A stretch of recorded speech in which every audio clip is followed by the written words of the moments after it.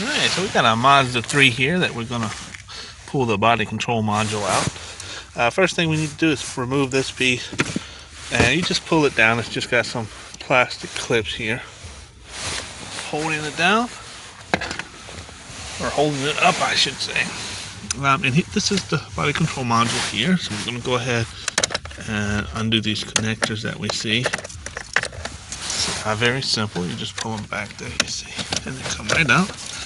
So we had 3 here, and there's a couple on the other side. So next we need, and see this one's already loose, but next you would come here and you would just twist that, and you'll see this one, you just twist it, and there you see it comes down.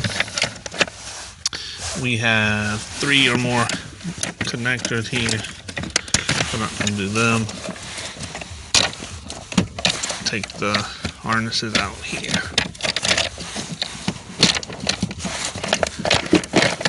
And then you just have to be careful pulling it out. You'll see it's on a metal track there. It'd probably be easy if I could get this connected right off.